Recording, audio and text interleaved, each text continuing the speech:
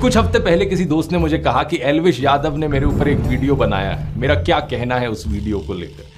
मैंने कहा भाई क्या यार, क्या उम्मीद करते हो, बिठोड़े के मुंह से उपले ही निकलेंगे। अब वैसे तो दोस्तों इन गोदी यूट्यूबर्स का एक पूरा झुंड बैठा है जिसने पिछले कुछ महीनों में मेरे ऊपर एक से बढ़कर एक हमले करने की कोशिश करी है। कोई मुझे कभी कुत्ता कहता है, कोई कॉकरोच कहता है, कोई कहता है कि मेरी वाइफ पाकिस्तानी है, तो कोई मुझे बुली कहता है। लेकिन इन सभी में से एल्विश सही मायनों में इन बेवकूफों का सरदार है। भाई इसकी मेंटालिटी मैं बता रहा हूँ आपको। मैं सपोज कर अगर मैं किसी से पानी मंगाता हूँ कि अबे लौड़े पानी ला, तो अगला मुझे भाई बोल के पानी देगा नहीं, वो भी बोलेगा चुतिया ले पानी ले।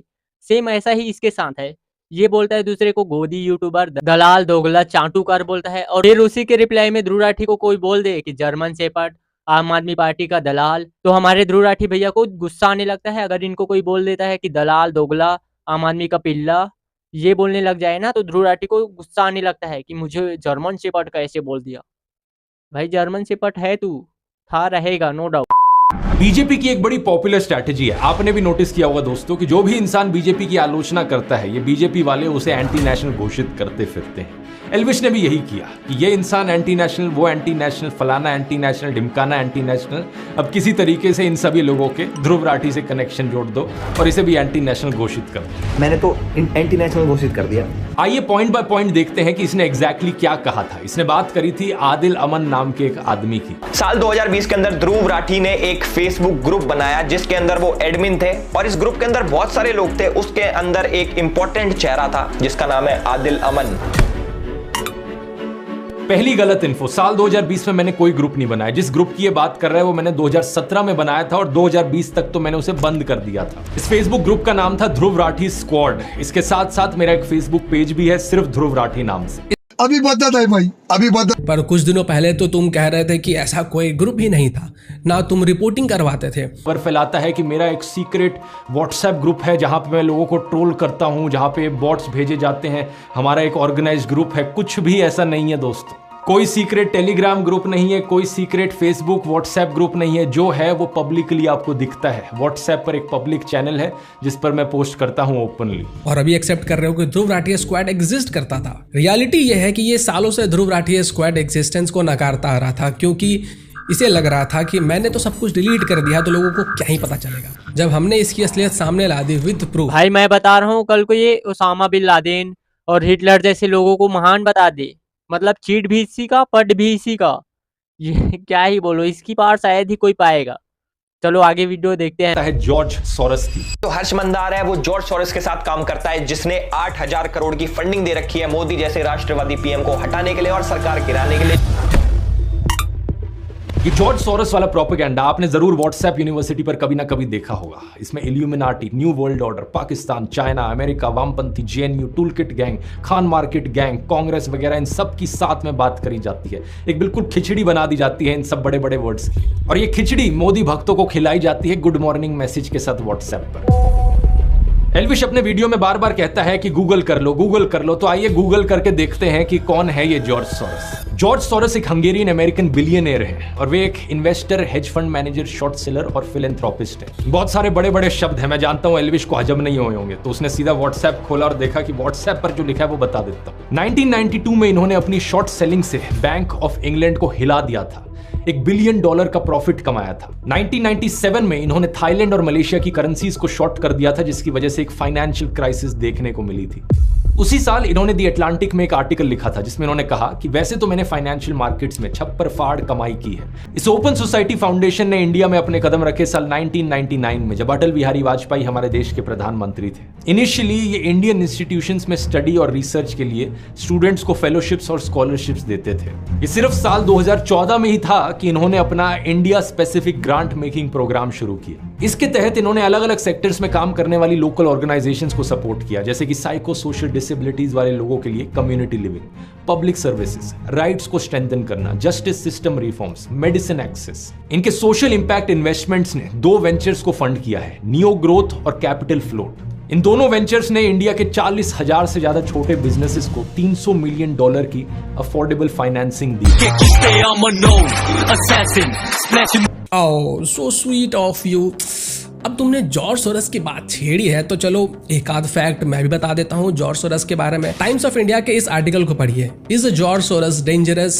एब्सोल्युटली। नीचे जॉर्ज सोरस के बारे में बताया गया है, बशरत पीर जो कि कश्मीर के नैरेटिव को पाकिस्तान के फेवर में पुश करता है, वो जॉर्ज सोरस के ओपन सोसाइटी फाउंडेशन के लिए काम करता है। पॉइंटर इंस्टीट्यूट जो कि अपने बायसनेस के लिए जाना जाता है, जिसने तुम्हारे फेवरेट लव डे के fact checking website Alt News को लाइसेंस दिया था, उसको जॉर्ज सोरस ने अपने ओपन सोसाइटी फाउंडेशन के थ्रू $1.3 मिलियन का फंड दिया था। जॉर्ज सोरस खुद भी बहुत नाखुश था जब आर्टिकल 370 को निस्तो नाबूद कर दिया गया था। 1992 में हंगेरियन पॉपुलिस्ट एंटीसेमेटिक लीडर स्तवन सिशुरका ने सोरस को पपेट ऑफ जेरूसलेम कहा था। जॉर्ज सोरस पैदा तो ज्यू हुआ था पर वो सारे काम एंटी जू करता है। 1995 में स्लोवाकियन प्रेसिडेंट जैन स्लोटा ने कहा था कि सोरस गलत धंधों के थ्रू कमाए हुए पैसों का इस्तेमाल पार्लियामेंट को अपने कंट्रोल में करने के लिए कर रहा है। 1997 में Malaysian prime minister Mahathir Mohamad ने कहा था कि सोरस मलेशिया के करेंसी क्राइसिस के लिए जिम्मेवार है। 2007 में फॉक्स न्यूज के होस्ट मिस्टर ओरेली ने सोरस को डेंजरस बताया था जो कि बॉर्डर्स को खोलकर वन वर्ल्ड फॉरेन पॉलिसी बनाना चाहता है और ड्रग्स को लीगलाइज करना चाहता है। 2016 में रोमानियन टीवी ने अक्यूज किया था कि जॉर्ज सोरस गवर्नमेंट के खिलाफ प्रोटेस्ट के लिए पैसे देकर लोगों को इकट्ठा कर रहा है। 2018 में पुतिन ने कहा था कि सोरस अपने पैसे के जरिए कंट्रीज के इंटरनल मैटर में दखलंदाजी करता है ताकि शांति भंग हो सके।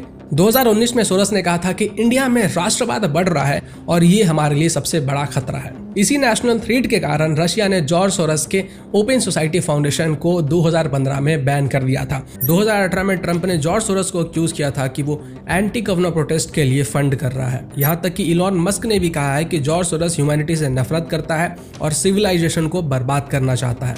और इसके बाद इंडिया में भी इसे बैन कर दिया था क्योंकि ये फॉरेन फंडिंग के नाम पे विदेशों से पैसा भारत में लेकर आता था और इल्लीगल काम कर रहा था। इनके अलावा टर्की, हंगरी, मलेशिया जैसे कंट्रीज में भी ओपन सोसाइटी फाउंडेशन बैंड है।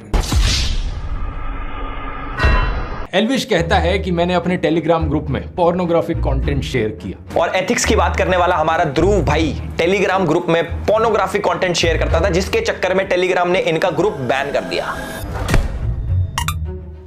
देख एल्विश, हर इंसान के पास यहाँ एक चीज होती है जिसका नाम है दिमाग। अगर तू इस चीज का थोड़ा सा भी इस्तेमाल कर लेता तो अपने आप से पूछता कि आखिर मैं अपने टेलीग्राम ग्रुप में पोर्नोग्राफिक कंटेंट क्यों शेयर करना चाहूंगा, मुझे क्या मिलेगा ये करके। ऑब्वियसली ये चीज झूठ है और मैंने ऐसा कभी नहीं किया। कुछ साल पहले टेलीग्राम पे एक ये बड़ा कॉमन बग था। गूगल पर सर्च करके देख टेलीग्राम पोर्नोग्राफिक बग, रेडिट पर ढेर सारे लोग मिल जाएंगे जो इस चीज को लेकर कंप्लेन कर रहे हैं कि ऐसा क्यों हो गया, जबकि उन्होंने ऐसा कुछ भी नहीं किया था। एनीवेज, फिर एल्विश मेरी टीम की बात। अरे एनीवेज क्या बोल रहे हो ध्रुव भैया, बताओ ना टेलीग्राम पे पोर्नोग्राफी कंटेंट क्यों शेयर कर रहे थे, जबकि एल्विश यादव ने तो वेरीफाई प्रूफ के साथ आपको दिखाया है कि आप ये काम कर रहे थे और अभी बोल रहे हो तो क्या ही मिलेगा मुझे टेलीग्राम पे पोर्नोग्राफी कंटेंट डालने से। तो झूठ मत बोलो भैया। और हमें भी पता है अगर आपको कोई पैसा देके नचवा भी देना तो आप नाच दोगे। तो ध्रुव राठी भैया ऐसा प्रूफ डालो ना कि टेलीग्राम पे मेरा चैनल ही नहीं था। फिर कल को अगर एल्विश यादव रिप्लाई वीडियो बना के प्रूफ डाल दे कि देखो के ध्रुव राठी भी कंटेंट डालता था, फिर उसे देख के आप ये मत बोल देना कि हाँ चैनल तो बनाया था पर उसमें ये सब चीज मैं नहीं डालता था, कोई और डालता था। जैसे कि हमारे ध्रुव भैया बोलते थे कि मैंने तो फेसबुक पर कोई भी ग्रुप नहीं बनाया है, ऐसा कोई भी ग्रुप नहीं है दोस्तों मेरा। फैलाता है कि मेरा एक सीक्रेट व्हाट्सएप ग्रुप है जहां पे मैं लोगों को ट्रोल करता हूं, जहां पे बॉट्स भेजे जाते हैं, हमारा एक ऑर्गेनाइज्ड ग्रुप है। कुछ भी ऐसा नहीं है दोस्तों, कोई सीक्रेट टेलीग्राम ग्रुप नहीं है, कोई सीक्रेट फेसबुक व्हाट्सएप ग्रुप नहीं है। जो है वो पब्लिकली आपको दिखता है। व्हाट्सएप पर एक पब्लिक चैनल है जिस पर मैं पोस्ट करता हूँ। और जब एल्विश यादव पकड़ लेता है तब बोलता है कि हाँ दोस्तों मैं बनाया था पर 2020 में ही उसे डिलीट कर दिया, बंद कर दिया। साल 2020 के अंदर ध्रुव राठी ने एक फेसबुक ग्रुप बनाया जिसके अंदर वो एडमिन थे और इस ग्रुप के अंदर बहुत सारे लोग थे। उसके अंदर एक इंपॉर्टेंट चेहरा था जिसका नाम है आदिल अमन। पहली गलत इन्फो, साल 2020 में मैंने कोई ग्रुप नहीं बनाया। जिस ग्रुप की ये बात कर रहा है वो मैंने 2017 में बनाया था और 2020 तक तो मैंने उसे बंद कर दिया था। इस फेसबुक ग्रुप का नाम था ध्रुव राठी स्क्वाड। सोचना पड़ता है रे, कौन सी गाली देने का सोचना पड़ता है मेरे को, हर टाइम ना सोचना पड़ता है भेंचो। फिर एल्विश मेरी टीम की बात करता है, कहता है कि मेरी टीम में 3 लोग हैं। ये अपनी वीडियो लिखवाता है विजेता दहिया से, समझ रहे हो, वो एक मूवी डायरेक्टर है और इनकी टीम में 3 बंदे काम करते हैं, राहुल, अक्षय और मानव। इस चीज को लेकर कई इंटरव्यूज में मैंने बहुत बार बात करी और बार बार एक ही चीज कही है कि मेरी टीम में 10 से 15 लोग हैं।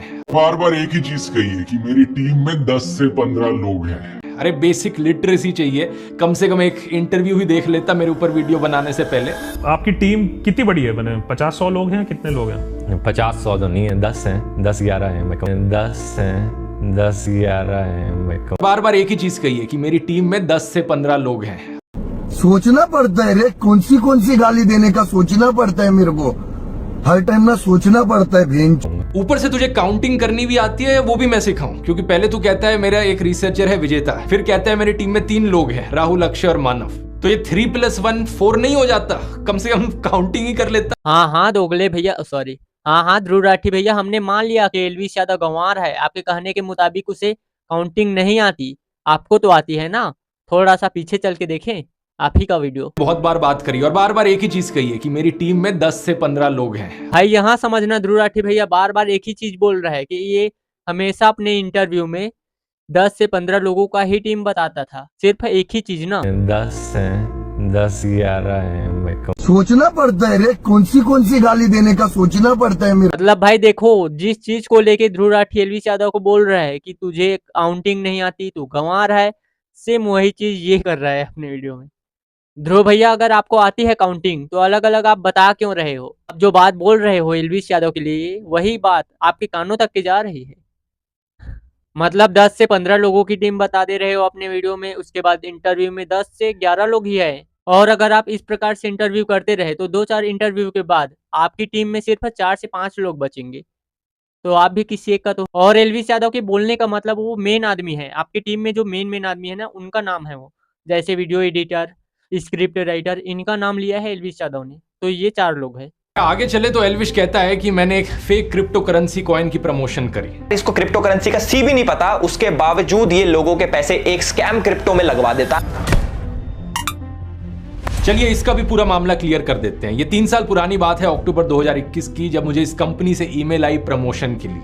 यहाँ स्क्रीन पर आप देख सकते हैं मैंने इस ईमेल का क्या रिप्लाई दिया। मैंने लिखा कि मुझे इस प्रोजेक्ट के पीछे के इन्वेस्टर्स कौन है वो जानने हैं, मुझे उनकी डिटेल्स चाहिए, और मुझे ये डिटेल्स चाहिए कि इनमें कोई चाइनीज इन्वेस्टमेंट्स तो नहीं है, क्योंकि मैं चाइनीज कंपनीज को प्रमोट नहीं करता। फिर मैंने इनसे कहा एक कॉल करने को, तो इनके सीईओ ने मेरे साथ डायरेक्टली बात करी। इन्होंने मुझे बार बार अपने डॉक्यूमेंट्स दिखाकर रीअश्योर किया कि जो भी मैं प्रमोट कर रहा हूँ वो सही चीज है, और प्रूफ के तौर पर इन्होंने economic times, money control, NDTV profit जैसे अखबारों में इन्होंने जो एडवर्टोरियल्स छापे थे वो भी दिखाए। तीसरा ये प्रमोशन आया था एक ऐसी एजेंसी से जिसके को फाउंडर खुद इंडिया के पॉपुलर यूट्यूबर्स में से हैं। ये एक एस्टैब्लिश्ड एजेंसी है जिसके साथ सभी यूट्यूबर्स रेगुलरली काम करते हैं, तो इसकी वजह से भी मेरी रीअश्योरेंस बढ़ गई। लेकिन बात कुछ ऐसी है दोस्तों कि मैं हूं तो एक इंसान ही, एक बायोलॉजिकल ह्यूमन बीइंग हूं मैं। मेरे अंदर कोई डिवाइन एनर्जी नहीं है कि मैं अंतर्यामी बन जाऊं जिससे मुझे पता लग जाए कि इस कंपनी के साथ फ्यूचर में क्या होने वाला है। क्योंकि ये तो ऐसी बात हो गई जैसे कि शाहरुख खान और अमिताभ बच्चन एवरेस्ट के मसालों की ऐड करते हैं, और बाद में जब खबर आती है कि इन मसालों में कैंसरस केमिकल्स पाए गए, तो आप शाहरुख खान और अमिताभ बच्चन से पूछते हो कि ये ऐड क्यों करी आपने। आई ध्रुव भैया तो गुस्सा हो गए। देखो ध्रुव भैया, भले से हम लोग नोवी फाइल है Vivo Y12 के कैमरा से वीडियो बनाते, पर हमें भी ये पता है कि पेड प्रमोशन और पार्टनरशिप का मतलब क्या होता है। और ध्रुव भैया, आपने अपने वीडियो में पार्टनरशिप लिखा है, तो मैं क्या समझूं? आपने पार्टनरशिप में पेड प्रमोशन करके लोगों का पैसा खा ली। और अगर आप गांधी जी के मार्ग पे चलने वाले हो तो कर दो ना, लोगों का पैसा वापस कर दो ना। क्योंकि अक्षय कुमार, शाहरुख खान और अजय देवगन ये चीख चीख के नहीं बोलते, 40-50 मिलियन लोगों को नहीं बताता है कि हम गांधी जी के मार्ग पे चलते हैं। आप तो बताते हो ना, तो आप पैसा वापस कर दो लोगों का। इसके बाद एल्विश बात करता है हर्ष मंदर की। हर्ष मंदार कह लो या फिर हर्ष मंदर कह लो, जो भी है। नहीं, पहली बात तो जो भी नहीं होता है, हर्ष मंदर है उनका नाम। कल को तेरे नाम को भी ऐसे करके कोई बोले कि एल्विश कह लो या एल्विश कह लो, जो भी है, ऐसे नहीं होता। अरे मेरे ध्रुव भैया, इसे काउंटर नहीं कहते हैं, इसे कहते हैं स्पेलिंग मिस्टेक। जो आप बोल रहे हो कि राठी पे डबल आई आता है और एल्विश ने आई लिख दिया, महाराज आता है, ये आता है, वो आता है, उसे कहते हैं स्पेलिंग मिस्टेक, जो कि एल्विश यादव ने किया है अपने वीडियो पे। जबकि ये छोटी सी गलती है, छोटी सी गलती। बड़ी गलती आपने हर्ष मंदर और जॉर्ज सोरस की बड़ाई करके कर दिए हो, तो लोग समझदार है ध्रुव भैया। इसी से आपकी मेंटालिटी पता चल गई है लोगों को। आप सीधा सीधा चरण वंदना कर रहे हो जॉर्ज सोरस और हर्ष मंदर का, और आपके दोनों वीडियो पे काउंटर है ही नहीं काउंटर। सिर्फ वो स्पेलिंग मिस्टेक किया है एल्विश यादव, उसी को आप कि एल्विश यादव ने ये स्पेलिंग मिस्टेक कर दिया, वो कर दिया, ये कर दिया। स्पेलिंग मिस्टेक को काउंटर नहीं बोलते हैं बड़े भैया।